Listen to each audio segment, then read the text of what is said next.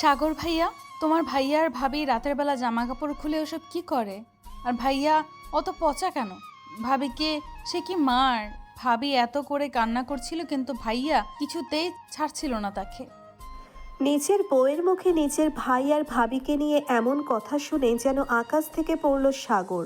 ঐশীকে জিজ্ঞেস করে, সর্বনাশ করেছে। ঐশী, তুমি এগুলো দেখলে কখন আবার? কাল রাতে দেখেছি। ওরা তো দরজা বন্ধ করে ঘুমায়, তাহলে তুমি দেখলে কি করে? সত্যি বলবো, রাগ করবে না তো ভাইয়া? আমি কতবার করে তোমায় বলেছি আমাকে ভাইয়া বলে ডাকবে না। নিজের স্বামীকে কেউ ভাই বলে ডাকে? কিন্তু তুমি তো আমার ভাই, সেই ছোট থেকে তোমায় ভাইয়া বলেই ডাকি, তাহলে এখন ডাকতে কি সমস্যা? সমস্যা তো অবশ্যই আছে। দেখো, বিয়ের আগে আমরা খালাতো ভাই বোন ছিলাম, কিন্তু আমাদের সম্পর্কটা এখন আর খালাতো ভাই বোনের ভেতরে নেই। আমরা এখন স্বামী স্ত্রী, ধর্ম মেনে বিয়ে হয়েছে আমাদের। তাহলে তুমি আমায় ভাই কিভাবে ডাকতে পারো? আচ্ছা ঠিক আছে, আর কখনো ডাকবো না। এবার আসল কথাটা তো বলো, তুমি ভাইয়া ভাবির ঘরে ঢুকলে কি করে? আমি তাদের ঘরে ঢুকিনি। কাল রাতে ঘুম ভাঙার পরে এখন উঠে বাথরুমের দিকে যাই, তখন শুনতে পাই ভাইয়ার ভাবির ঘর থেকে কান্নার আওয়াজ আসছে। আমি দেখার অনেক চেষ্টা করি ভেতরে কি ঘটছে, কিন্তু কিছুতেই দেখতে পাচ্ছিলাম না। হঠাৎ দেখতে পাই ঘরের জানলাটা হালকা চাপানো।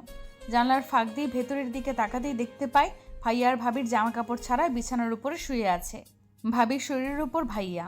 ভাইয়া ভাবিকে কিছু একটা করছে আর ভাবি খুব কান্না করছে। ছি, তুমি এগুলো দেখতে গেলে কেন? জানো না এগুলো স্বামী স্ত্রীর একান্ত ব্যক্তিগত মুহূর্ত?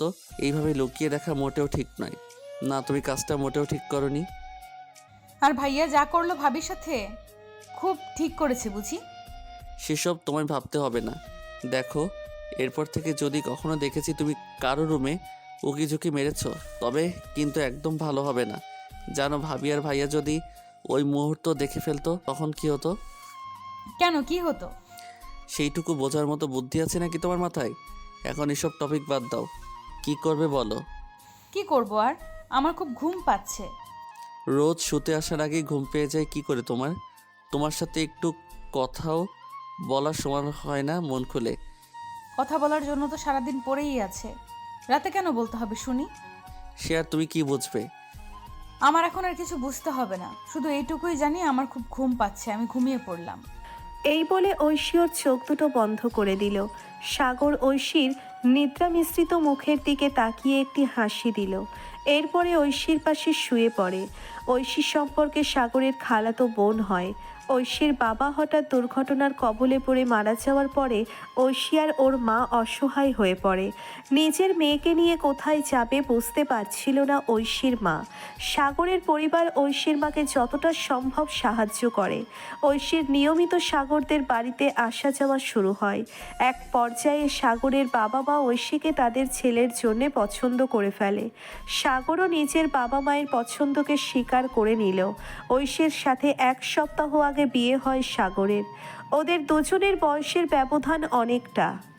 বিয়ের পরে সাগর বুঝতে পারে ঐশীর এখনো পর্যন্ত স্বামী স্ত্রীর সম্পর্ক সম্বন্ধে জ্ঞান হয়নি। আর তাছাড়াও কখনো ঐশীকে ফোর্স করেনি, জোর করে নিজের অধিকার ফলানোর চেষ্টা করেনি।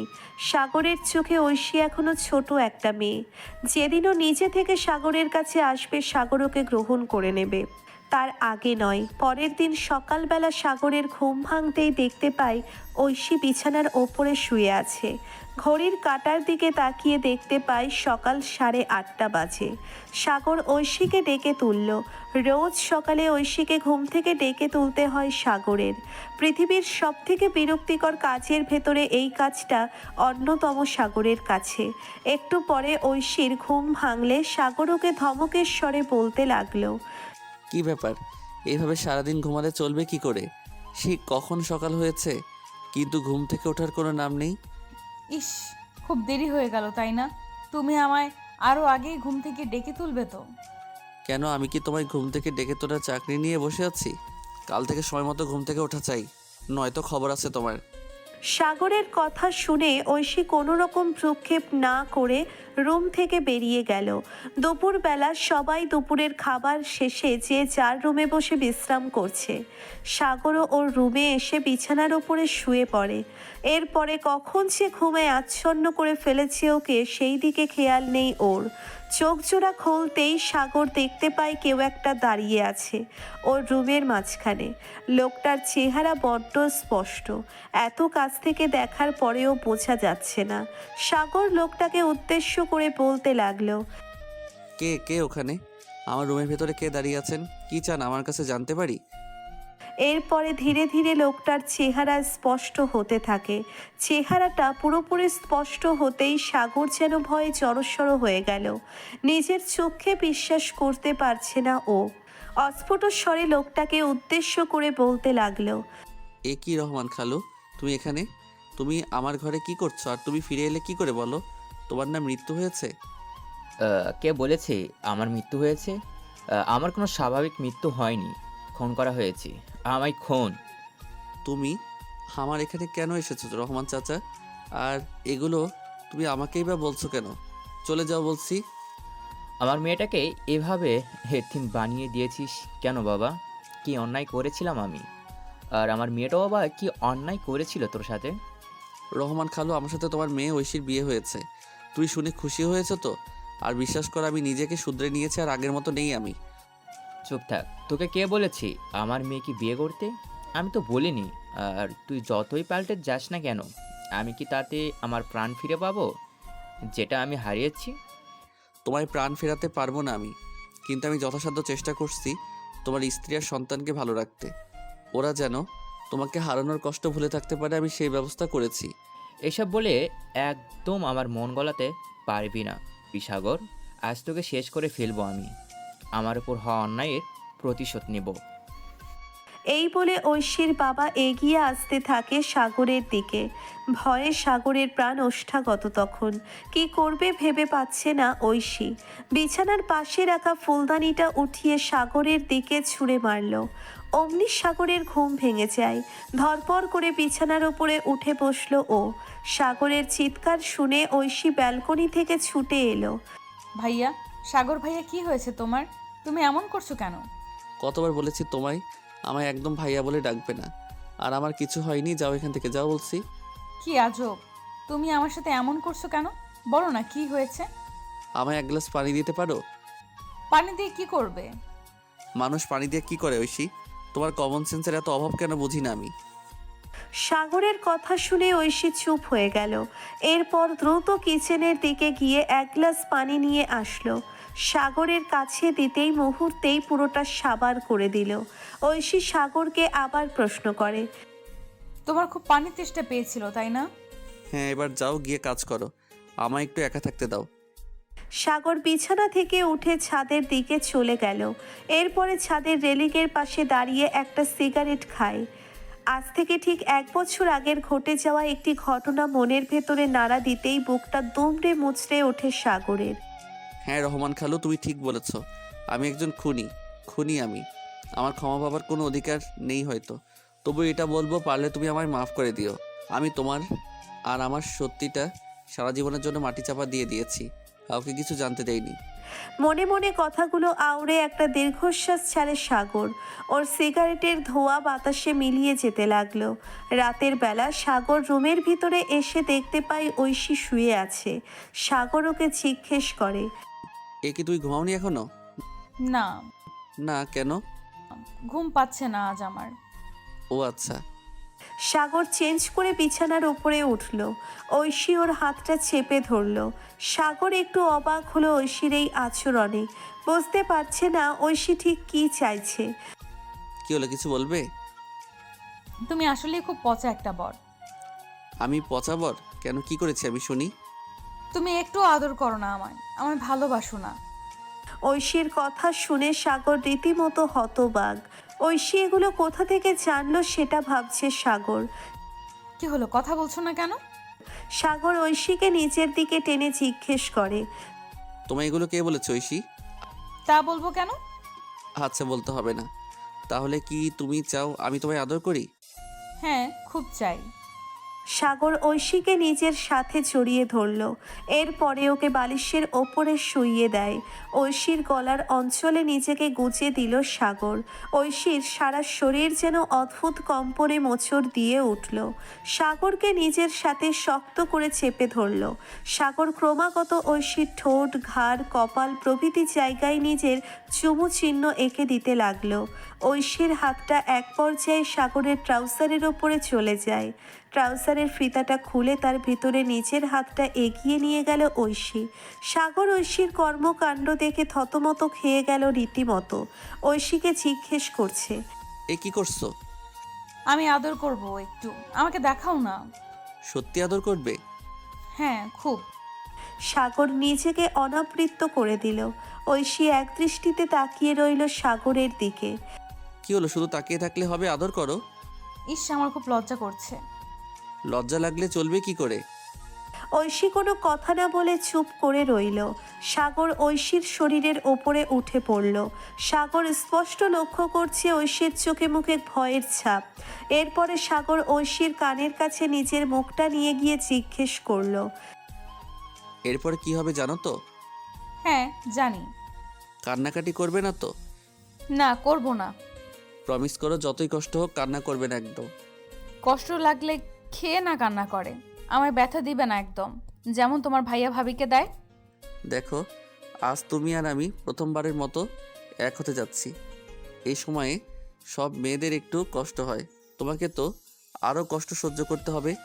যদি কোনো আপত্তি না থাকে তোমার, আমি জোর করে কিছুই করবো না তোমার সাথে। না, আমার কোনো আপত্তি নেই। আর কথা দিলাম, আমি মোটেও কান্নাকাটি করব না। এই তো লক্ষ্মী মেয়ে। এরপরে সাগর ঐশীকে জড়িয়ে ধরে ভালোবাসার অতলে হারিয়ে গেল। ঐশী সাগরকে নিজের সবটা দিয়ে সুখে পরিপূর্ণ করে দিতে লাগলো। সাগর এক পর্যায়ে ঐশীকে জিজ্ঞেস করে, কেমন লাগছে ঐশী এখন? খুব ব্যথা লাগছে, আর একটু আস্তে করো না। আসতেই তো করছি। আরও আস্তে করো। একটা শর্তে করবো, আগে বলো এই আইডিয়াগুলো তোমার মাথায় কে ঢুকালো? সত্যি বলতে হবে। অবশ্যই সত্যি বলবে। ভাবি বলেছে বিয়ের পরে নাকি স্বামীর সাথে এগুলো করতে হয়। আমি তো এসব কিছুই জানতাম না। না, জানবে কি করে তুমি? যাই হোক, ভাবি যে কাজটা করলো মন থেকে হলেও একটা ধন্যবাদ দিতে হয় তাকে। কিছু বললে? না। পরের দিন সকালবেলা ফোনের রিংটনের আওয়াজে সাগরের ঘুম ভাঙল। মোবাইল স্ক্রিনের দিকে তাকিয়ে ঘুম উড়ে গেল সাগরের। এতগুলো দিন বাদে পুলিশের কেন সাগরের কথা মনে পড়ল সেটাই বুঝতে পারছে না ও। যাই হোক, সাগর ভয়ে ভয়ে কলটা রিসিভ করে। ঠিক তখন ওপাশ থেকে পুলিশ অফিসার বলতে লাগলো, সাগর সাহেব, কেমন আছেন? হ্যাঁ, ভালো আছি। কোথায় আছেন আপনি? আমি বাড়িতেই আছি। যাক, খুব ভালো হয়েছে। এবার দরজাটা খুলুন। সেই কখন থেকে কলিং বেল বাজিয়ে যাচ্ছে আপনাদের, কোনো হুঁশ নেই দেখছি। ভাগ্যিস আপনার ফোন নম্বর আমার কাছে ছিল। সরি পুলিশ অফিসার, আসলে আমাদের কলিং বেলটা কাজ করছে না কিছুদিন ধরে। এরপরে সাগর গিয়ে দরজাটা খুলল। বাড়িতে পুলিশ আসাতে সবাই এসে ড্রয়িং রুমে উপস্থিত হলো। সাগরের বাবা পুলিশ অফিসারকে জিজ্ঞেস করে, পুলিশ অফিসার, আপনি এত সকাল সকাল আমাদের বাসায়? হানিফ সাহেব, আপনার ছেলে সাগরকে আমাদের সাথে একটু থানায় যেতে হবে। থানায় যেতে হবে মানে? কেন, আমার ছেলে কি করেছে? আপনার ছেলে কি করেছে সেটা ওনার কাছে জিজ্ঞেস করুন। মানুষের চোখে ধুলো দিয়ে আর কতদিন পার পাওয়া যায়? সত্যিটা একদিন না একদিন তো সামনে আসেই সবার। পুলিশ অফিসার কোন সত্যি কথা বলছেন আপনি? আমি কিন্তু বুঝতে পারছি না কিছুই। সাগর পুলিশের দিকে প্রশ্ন ছুড়ে দিল। আপনি খুব বড় বোকামি করলেন সাগর সাহেব। আমরা বুঝতে পারছি যা হয়েছে সেটা হয়তো একটি অ্যাক্সিডেন্ট ছিল, কিন্তু আপনি সত্যিটা লুকিয়ে আর আইনকে ধোঁকা দিয়ে নিজেকে অপরাধী প্রমাণ করলেন। এখন আপনার সাথে আইন যা করার করবে। মানে কি বলতে চাইছেন আপনি? আপনার শ্বশুর রহমান সাহেবের 1 বছর আগে গাড়ি দুর্ঘটনায় মৃত্যু হয়। আমরা দীর্ঘদিন পরে একটা সিসিটিভি ফুটেজ হাতে পেয়েছি। সেখানে স্পষ্ট দেখা যাচ্ছে যে গাড়িটার ধাক্কা লেগে ভদ্রলোকের মৃত্যু হয়। সেই গাড়ির ড্রাইভার আপনি ছিলেন। পুলিশের কথা শুনে বাড়ির সবাই হতবাক দৃষ্টিতে একে অপরের দিকে তাকাতে থাকে। ঐশী প্রকাণ্ড এক চিৎকার দিয়ে অজ্ঞান হয়ে মাটিতে লুটিয়ে পড়ল। এরপরে পুলিশ সাগরকে গ্রেফতার করে থানায় নিয়ে যায়। আদালতে সবটা স্বীকার করলো সাগর। সেদিন ওর গাড়ির সাথেই ধাক্কা লেগে ঐশীর বাবার মৃত্যু হয়। যদি ও যা হয়েছে সবটাই সাগরের অনিচ্ছাকৃত ছিল। আইনকে ধোঁকা দেওয়ার অপরাধে আদালত সাগরকে 5 বছরের কারাদণ্ড দিল। সাগরের নিজের শাস্তি মাথা পেতে নেওয়া ছাড়া কোনো উপায় ছিল না। এর কিছু মাস পরে সাগর লকআপের ভেতরে বসে আছে। একজন কনস্টেবল এসে সাগরকে বলে, আপনার স্ত্রী দেখা করতে চাইছে আপনার সাথে, আপনি কি কথা বলতে চান তার সাথে? কে, ঐশী এসেছে? হ্যাঁ, আপনি ভেতরে নিয়ে আসুন। ঐশীকে নিজের চোখের সামনে দীর্ঘদিন পর দেখতে পেল সাগর।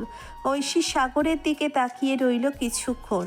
সাগর লক্ষ্য করল ঐশীর চোখের নিচে কালো দাগের সৃষ্টি হয়েছে। ওর চেহারার চৌলুস আগের মতো নেই। নিজের স্ত্রীকে এই রূপে দেখে বুকের ভিতরটা হুহু করে উঠল সাগরের। ঐশীকে জিজ্ঞেস করে, কেমন আছো ঐশী? খুব ভালো আছি। তুমি কেমন আছো? যেমন দেখতে পাচ্ছ। এতদিন পরে আমার কথা মনে পড়লো বুঝি তোমার? আমি তোমাকে একটা কথা জানাতে এসেছি সাগর। কি? আর কিছুদিন পরে আমার বিয়ে। তোমার বিয়ে মানে কি বলছো তুমি? এগুলো মাথা ঠিক আছে তো? হ্যাঁ, এটাই সত্যি। মায়ের নির্দেশ, তোমার মতো একটা খুনির সাথে সংসার করলে সে আত্মহত্যা করবে। আমি বাবাকে হারিয়েছি, তোমার মতো একটা খুনির জন্য আমি মাকে হারাতে পারবো না। তুমি আমায় খুনি মনে করো ঐশী? হ্যাঁ, মনে করি না, বিশ্বাস করি আমি। তুমি আমার বাবাকে মেরে ফেলেছো। অন্তত ভেবেছিলাম তুমি বিশ্বাস করবে আমায়। আমি এত কিছু বলতে চাই না তোমার সাথে, শুধু এইটুকুই বলতে চাই, ডিভোর্স পেপারে সাইনটা করে দিও। আমি আবার নতুন করে সংসার শুরু করব। পারলে দোয়া রেখো আমাদের উপর। অবশ্য তোমার মতো পাপীর দোয়া ফলবে কিনা সন্দেহ। অনেক বড় হয়ে গিয়েছো তাই না? দারুণ কথা বলতেও শিখে গিয়েছো। ঠিক আছে, তুমি যা চাইবে তাই হবে। আমি তোমাকে মুক্ত করে দিব নিজের জীবন থেকে, চিন্তা করো না। এরপরে ঐশীর চোখের পানি মুছতে মুছতে কারাগার প্রাঙ্গণ থেকে বেরিয়ে গেল। সাগর করুণ দৃষ্টিতে তাকিয়ে থাকে ওর দিকে। জীবনের একটিমাত্র মিথ্যে সাগরের জীবনকে এমন জায়গায় এনে দাঁড় করাবে কোনোদিন ভাবতেও পারেনি। আজ নিজের একমাত্র অবলম্বন স্ত্রীকেও হারালো সে। সাগরের দীর্ঘশ্বাসের শব্দ কারাগারের দেওয়ালে বাধায় প্রাপ্ত হয়ে ওর কাছে পুনরায় ফিরে আসে।